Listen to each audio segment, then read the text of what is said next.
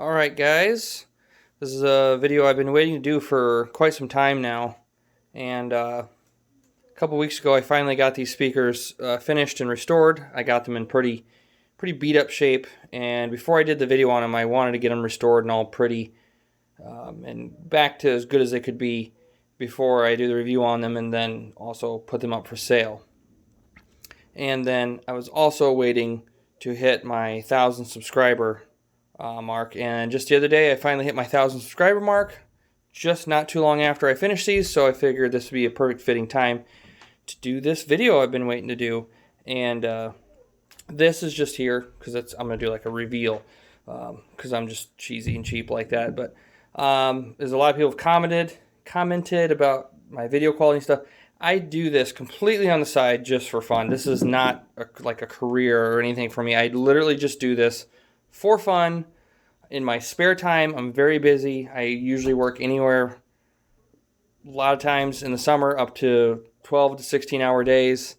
I have a family and a house. I have a lot of other stuff going on, and I just try to squeeze this stuff in on my very little spare time, usually at night like it is now, just to share this stuff with you, and it's fun. And these speakers, there's not much about them, or not much on them on YouTube, so I figured I'd have to do this video to get some content on these speakers out on YouTube, especially for people that love these speakers. So without further ado, let's go ahead and reveal them. Whoop. Some you may recognize these. These are the Sony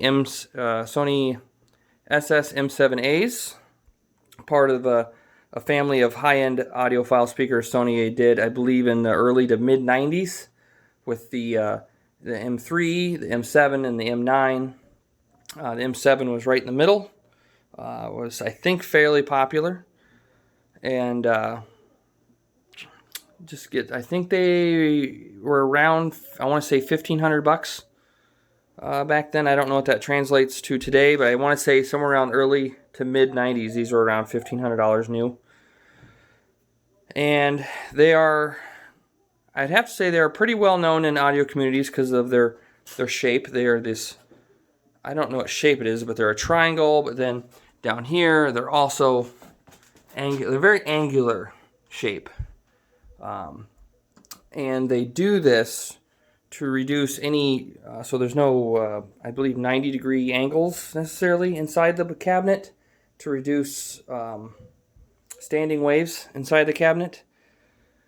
And then anyway, I'll go over, when I got them, they were very beat up, lots of nicks and dings and bangs, and just looked like they were being used as garage speakers. The covers were just tattered and just, you know, looked terrible. Had all kinds of runs in the fabric, just gross. And I was able to pull off the original logos, get new fabric.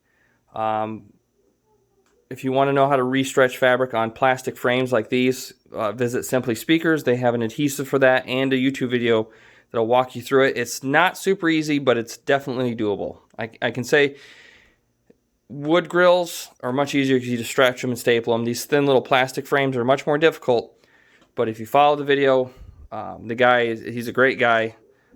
He's a great help. I'll link the video. But anyway, new fabric to look nice and sharp. The wood, or the real wood veneer, was all beat up, so I lightly sanded them and found a stain that was very similar to the original color. I thought about having them re-veneered, but I wanted to keep the original finish that they came with from Sony, so I got some stain that was very similar to the original, lightly sanded them. About 3 coats of stain really started to hide the all the nicks and dings, as you can see. Most of them are gone. I mean, you can kind of still see one right here that was really deep, and right here. But I was able to really blend them in and really make get that just beautiful wood color again.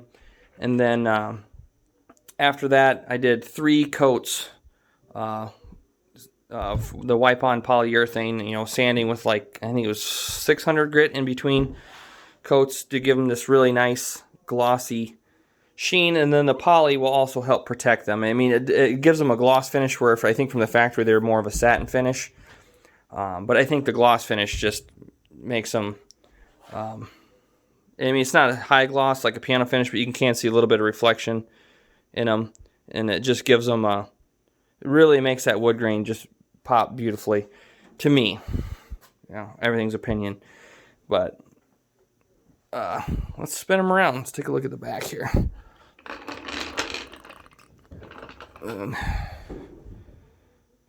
Got them on some nice steel stands, and you can see here there's another big chip there, and I just did my best to blend everything, because I could have spent a good chunk of change having them re-veneered. My neighbor's actually an expert woodworker. He's done veneer for like 30 some years, and I had him look at them. He said he could absolutely veneer and make them look like brand new again, but it was going to cost me probably a couple $100, and I decided I just wanted to try to restore and keep the original Sony the way they came as best I could, and I think it worked out pretty well. I mean, here's some more light scuffs. I tried sanding them out, but I didn't want to sand too much and end up going through the veneer. Because underneath this veneer is 1 inch thick MDF, which is just super thick, and it's part of the reason these things weigh like 60 pounds a piece. They're super heavy. They got 1 inch thick bracing in them.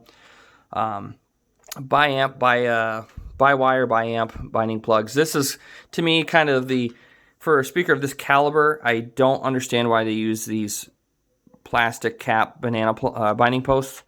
I mean, they work great. They're deep. They are thick, but I don't like the plastic cap. I would have liked to seen an all metal termination cup on there. And then there's the original sticker, whatever. These are 6 ohm, rated for 225 watts to non-clip, or basically I say 225 watts max power. I don't think anyone would be pushing 225 watts to these, because that'd be a lot of power for these speakers. I know. But let's see. While we're on the specs, these were made in the USA. I don't want to get it too much wrong, because I know there's people out there that are fanboys of these speakers, and they probably know more about them than I do. I did some rough research online. I'd read something here and then read something there that contradicted. So I'm going to go with like the basics. I think these had a frequency range. Obviously, they're 6 ohm. I think they had a frequency range of, I want to say 50 or 55 hertz up to 20,000 hertz or so. And then the three-way crossover in them was at 300 and 3,000. And then we'll take the front off, and I'll show you the plastic frame that I was talking about. It's got a very thin plastic frame around the edge. You have a very small area to work with your fabric on and recovering these.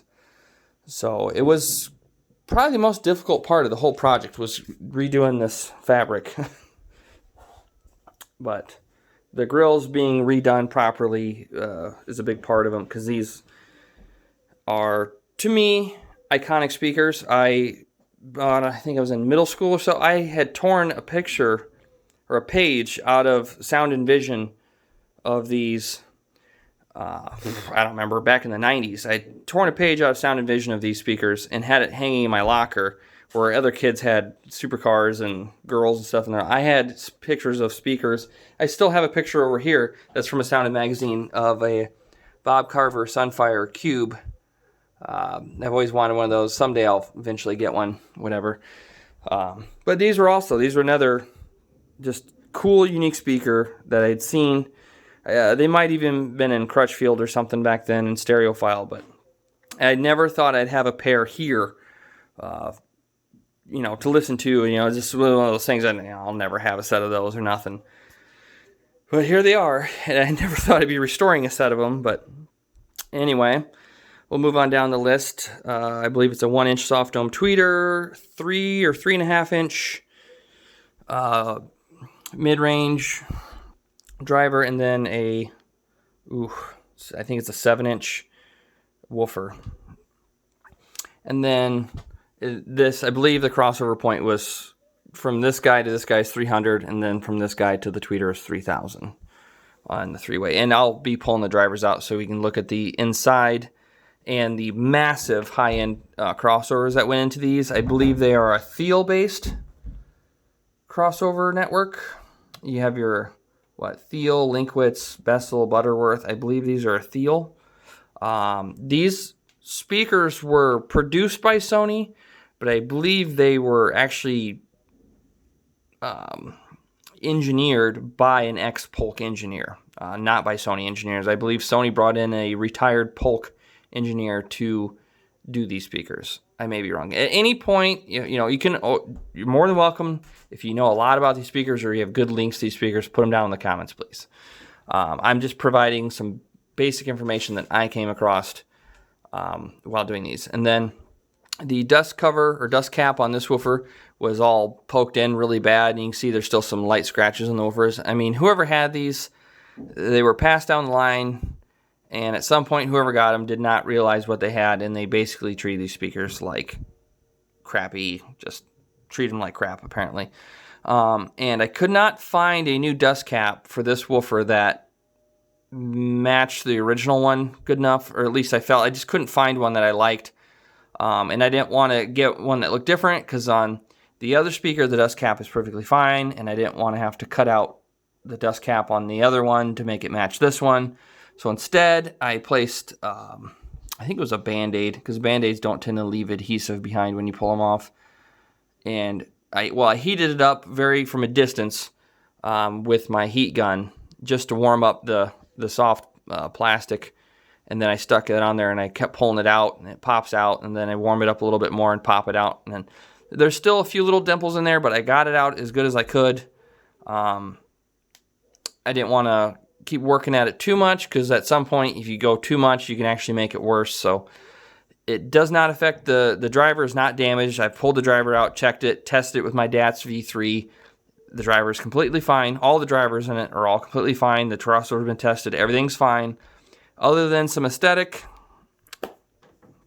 there's nothing wrong. But I felt I would, instead of just messing with it too much and ended up making it worse, just get it as good as I can and leave it alone. What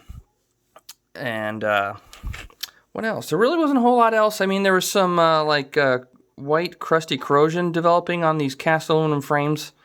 I was able to get most of it off. I didn't want to scrub at it again too hard, get too vigorous with it, and actually end up doing more damage than good, making things worse. Other than cleaning the drivers up, everything is good. Nice cast aluminum, ring around the mid-range here, and you can see the triangular shape, having this get narrower as it goes up, shortening this distance around the tweeter. This may be equal distance, but is such a short length. What do they call that? Your front baffle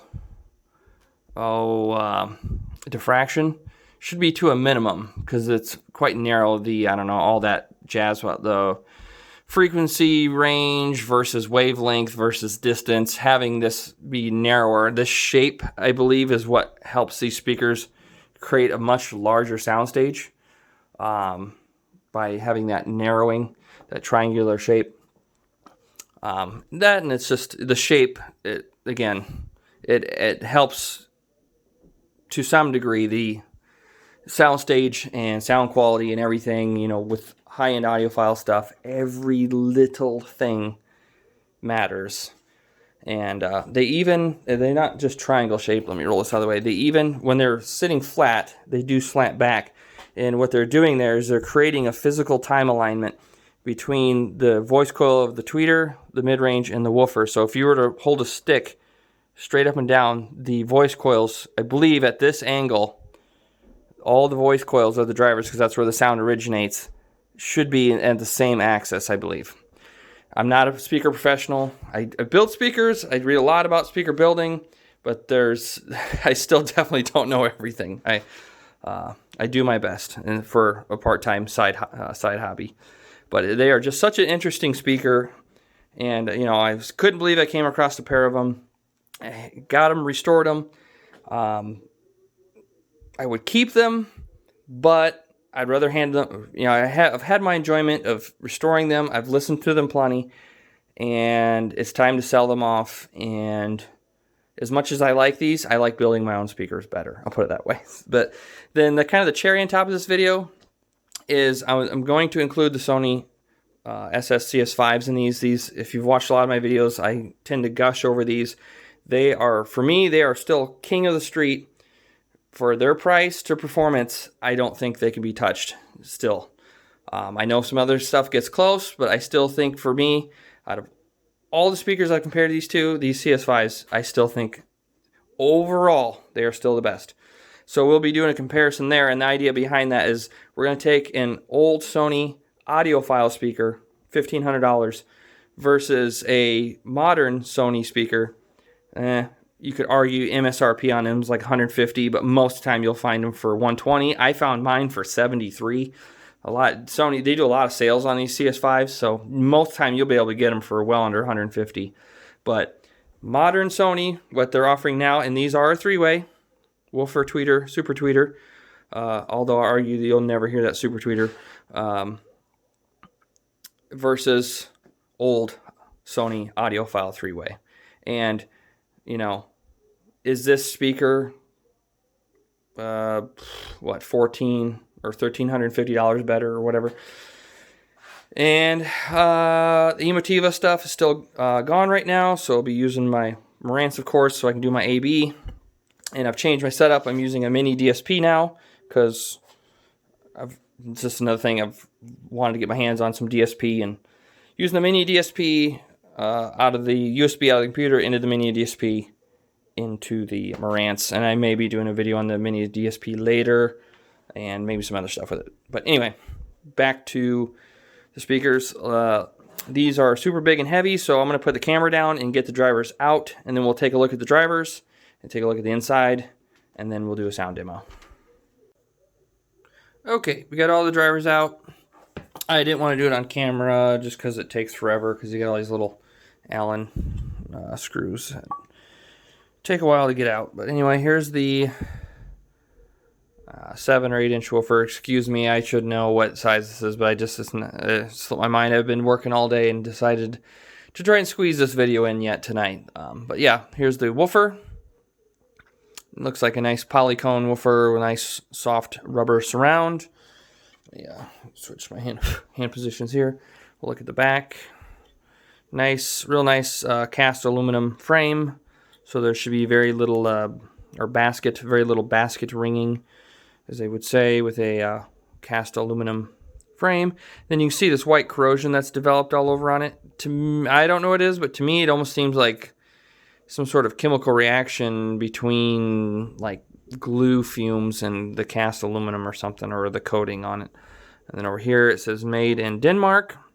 And I don't know exactly, I couldn't find exactly who makes these drives. It does have a vented pull piece. They definitely seem like a good quality driver. They don't say the manufacturer, it just says Sony. And then there's the number and everything. But the made in Denmark, I was going to say, Vifa or Reveiw on these, but the made in Denmark, could be Peerless back in the day, because I think Peerless is made in India now, but I had some Peerless XLS woofers back in the day that were made in Denmark, and they just seem to have a bit of a Peerless, Reveiw, or Vifa look to them, to me. Moving on to the mid-range, nice hefty mid-range here. Again, cast aluminum basket, very heavy wire. I'm going to say this is probably 14 gauge wire. Let me flip this around. Excuse my camera work here. Again, there's the number. And it just says Sony, also made in Denmark. And also has a vented pull piece, which I find interesting for a mid-range driver. And then we'll get back to the enclosure in a second. We're going to go through all the drivers, and then here's the 1-inch soft dome tweeter. Smaller wire, but this is solid core wire. As you can see, it's been twisted together. It's a solid core. It looks like probably an 18 or 20 gauge solid core wire. And again, Sony, made in Denmark. Very nice tweeter. It is a plastic front, but and then the tweeter, I believe these things are packed with acoustic stuffing. They are sealed enclosure, and then you can see here pretty how thick that front baffle is. It is very thick, actual rubber gaskets on everything. So they are airtight. I could not get this aluminum ring out. I didn't want to mess with it too much and do damage, so I just left it. But you can see with the mid-range, it has its own tube. It is not part of the main enclosure because this is a open back mid-range, and if it was not in its own enclosure, it would basically be turned into a tiny passive radiator that would just get smacked around by that woofer. So it has its own enclosure, and this tube here, as you can see behind it, runs all the way to the back. And it is also stuffed with acoustic polyfill, and then coated with some sort of black rubberized material. Because it's not a wood, it's like a thick cardboard tube, and then they coated it or treated it with something.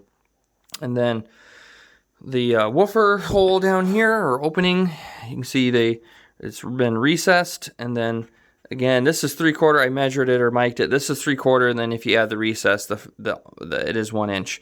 And from what I can tell, all sides of this are all 1 inch thick. And then even the bracing, there are some kind of I-beam or H-style bracing on the inside. This is made of the same inch thick wood, so very heavy bracing, and this runs the parameter, I believe, of the enclosure. Let me turn my light on here.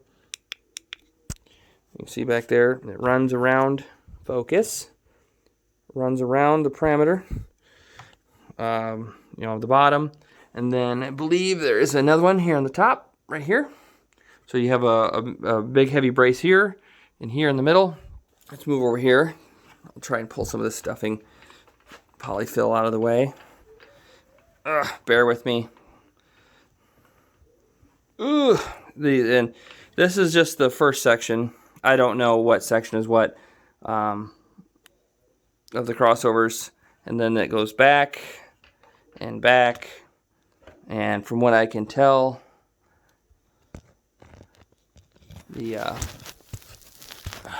maybe here, I'll just pull some foam out. I can stuff it back in there. It's for you guys. I'm sure you guys want to see these, so why not? Let's pull it all out. Oh man. Okay. There's the woofer connectors. Kind of spooky.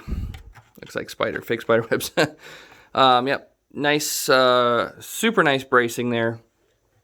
Again, nice bracing there. There's your wires that run up to the mid-range. Then we'll kind of look up inside there further. Yep. Looks like the inside of a speaker. Oh, there's more on this side. I didn't realize there's a lot going on inside these for crossover networks. See if I can get my camera. I'm doing the best I can to get inside here with a light and in focus so you guys can see what's going on in here. Low pass, M7A LP. I'm guessing this is your low pass filter here. Some nice large inductors there, air core inductors, and then some caps. I can't tell you what type of caps. It says 5% on that one. And again, it's not wanting to focus. Come on. Autofocus is on, but it's not wanting to do that. It's autofocus thing. They don't really look like audio grade capacitors. They look more like just electrolytics, because this little black and yellow one here, this woofer wire, get out of the way. This little tiny black and yellow one here, this one looks more like an audio grade cap. Will it focus on it? Kind of. Anyway, and then you come around to the other side. There's the rear terminal plate. Nice. And there's also a very large lot going on over here as well. What's this one say? Outside winding. Oh, here we go. This is your band pass, I believe. If I get my finger out of the way. Sorry, you guys are probably getting sick from me flipping the camera around. Yep, Sony SS-M7A BP HP. So band pass, high pass filter there. Oh, I see. It's all one board. Hold on, let me get my light fell off. Yeah, it's all one big board, so that your high pass and your band pass is all on this board right here. Looks to be of all good parts. Looks like a sandcast resistor. I'm not sure what they're using an iron core inductor for, but it's usually frowned upon because there's another large iron core inductor. But I'm assuming the guy that engineered these had his reasons, because he did use very good quality air core inductors as well. And then over here, seems on the bandpass high pass they went with better quality caps. These definitely look to be more audio grade caps. To me, I'm not sure why they used iron core inductors. But yeah, if this kind of stuff bores you, then just skip this part. Modern technology. Hopefully someone else is thinking this is really cool, because I'm going out of my way to do it. It's not going to focus on every little component that's in there. But yeah, there you go, guys. Pretty cool, huh? So, yeah. Let's let me get it back out here. See, the autofocus isn't working. It says AF right there. Come on. There it goes. But, yeah. Pretty cool.